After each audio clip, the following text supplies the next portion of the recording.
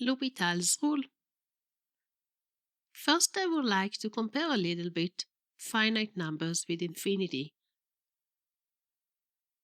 We already did this before in limits and infinity. When k is finite, k minus k is always 0. But infinity minus infinity can be anything. K over k is always 1. But plus minus infinity over plus minus infinity can be anything. But also 0 and infinity are reciprocals of each other. I hope you remember that 1 over infinity is 0, and if you have something over 0, it can be plus or minus infinity. Now I get that if plus minus infinity over plus minus infinity can be anything, then if you take the reciprocal of each one of those, you will get that also 0 over 0 can be anything.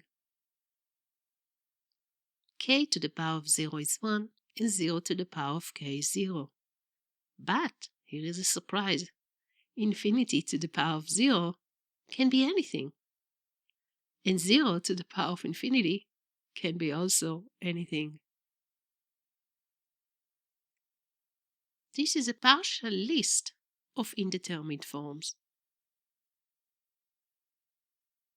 Here we have even more. We will see some of them later. Let's see a little bit very easy determinant form, because I don't want people to confuse the determined form, especially the easy one, with the indeterminate forms. Infinity plus infinity is obviously infinity, because you add up huge to something that it's already huge. Negative infinity minus infinity equals minus infinity, because you take away from something that it's already negative infinity. Infinity times infinity is infinity. Negative infinity times infinity is negative infinity. Negative infinity to even power is infinity. And if the power is odd, it is negative infinity. Obviously, that infinity to the power of infinity is infinity. The list of indeterminate forms is much longer than these ones, but at least there are two cases in which we can use L'Hôpital directly. And I still didn't teach you that.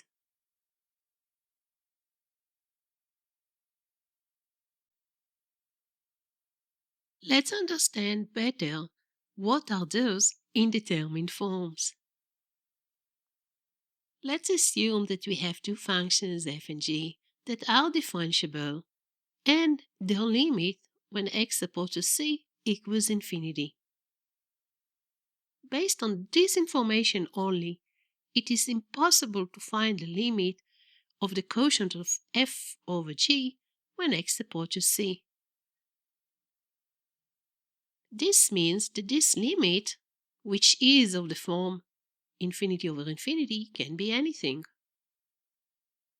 I would like to show you that. I would like to give you 3 examples of the form infinity of infinity, and you will see that indeed we can get infinite number as the limit, we can get 0, and we can get a finite number. Here's the first.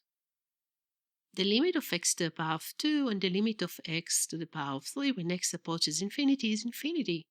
But if we will take the quotient x to the power of 2 over x to the power of 3, we get 1 over x, and the limit of this one when x approaches infinity is 0.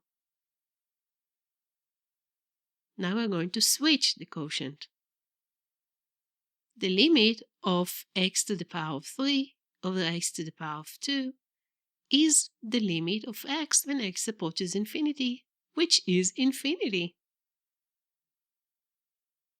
Now we are going to take two other functions that are approaching to infinity when x approaches infinity.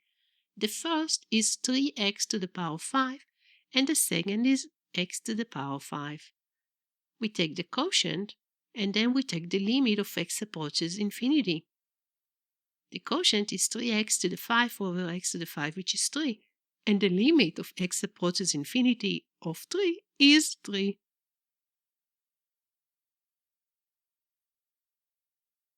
This means that infinity over infinity can be everything.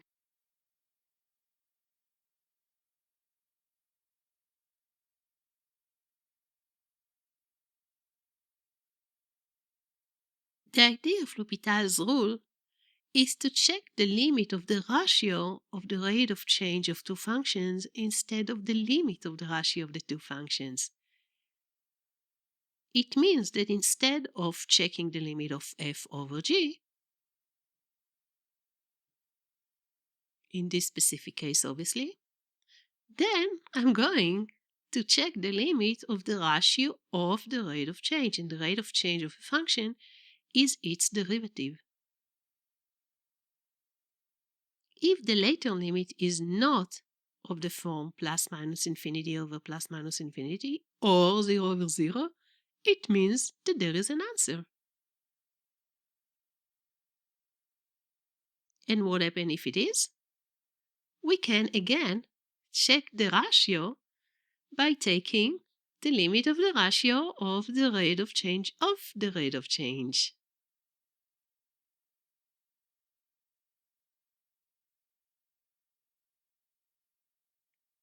For example, we know that the limit of x to the power of 2 and x cubed when x approaches infinity is infinity. Now we would like to know what is the limit of the quotient x to the power of 2 over x cubed when x approaches infinity. I'm just going to use the fact that instead of checking this, I can check the rate of change of the functions, which means that I can take the limit when x approaches infinity of the derivative of x to the power of 2 over the derivative of x cubed. And I get the limit of 2x over 3x to the power of 2 when x approaches infinity. If you check, this is again infinity over infinity. So again, I'm going to use the same idea. I'm going to replace this limit by the limit of the derivatives. And I get that. The reason this is 0, it's obvious, it's 2 over 6 times infinity.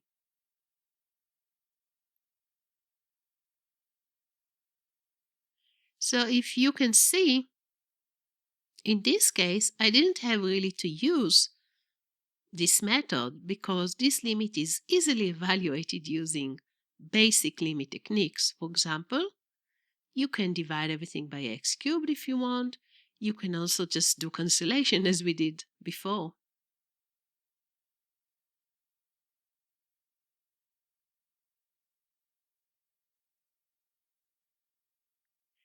Again, the idea is to check the limit of the ratio of the rate of change of two functions instead of the limit of the ratio of the two functions.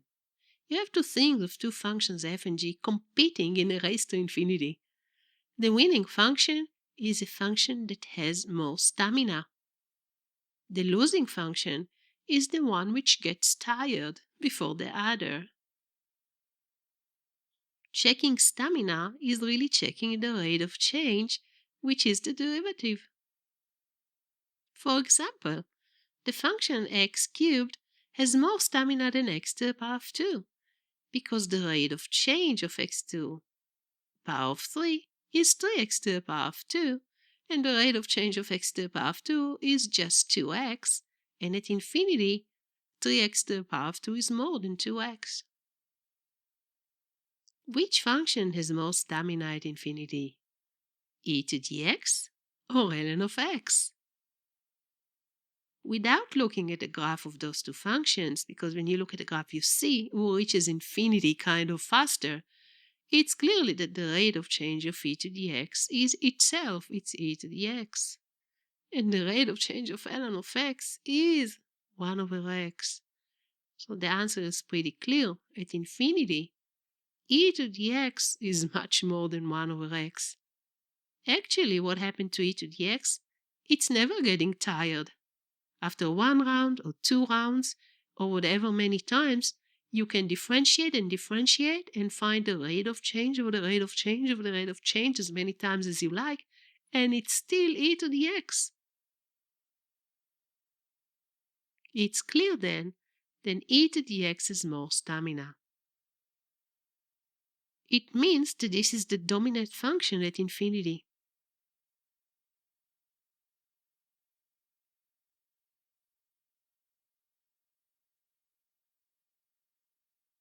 Now, when we really understand this stamina issue, what is the limit of e to the x over ln of x when x approaches infinity? Now we really understand what this limit is. This guy is dominating. The dominant function pulls the ratio to infinity. Because the numerator, if it's huge, it's make the fraction huge. You can think about the limit when x approaches to infinity of a larger infinity versus smaller infinity. This is definitely infinity.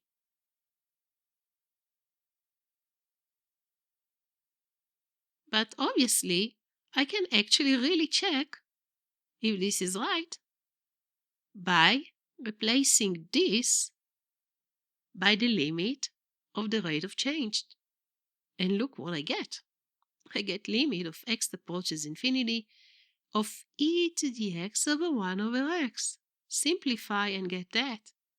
X times e to the x over 1 is definitely infinity when x approaches infinity.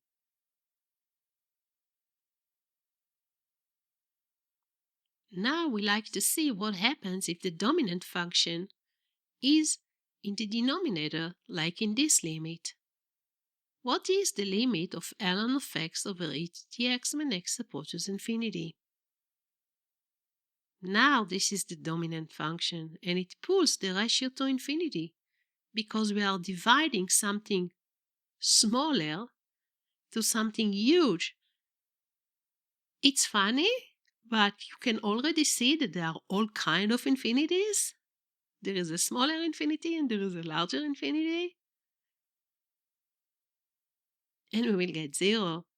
But we can also check the rate of change instead of this. Let's see.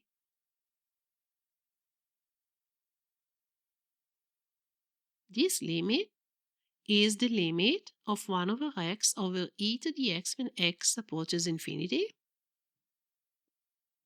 And we get that this equals to the limit of 1 over x e to the x when x approaches infinity, which is 1 over infinity, which is definitely 0. It's really nice to understand what's going on, because even though we will have to show everything mathematically in exact way using L'Hopital rules or all kind of other theorems, it's really nice to understand if the answer makes sense. And finally, here is L'Hopital's rule. Suppose that f and g are differentiable function at x equals c, and limit of fx and limit of gx when x approaches c equals 0, or that both limits of f and g when x approaches c equal to plus minus infinity, then the limit of f over g when x approaches infinity equals to the limit of the derivative of x over the derivative of g when x approaches c. Please pay attention. The limit of both function f and g has to be or 0, or that both limits can be any combination of infinity plus minus.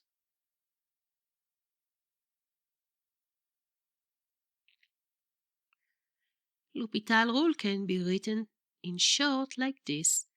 The limit of f over g when x approaches c, if it is 0 over 0 or plus minus infinity over plus minus infinity, only then this limit equal to the limit of the derivative of f over the derivative of g when x approaches c.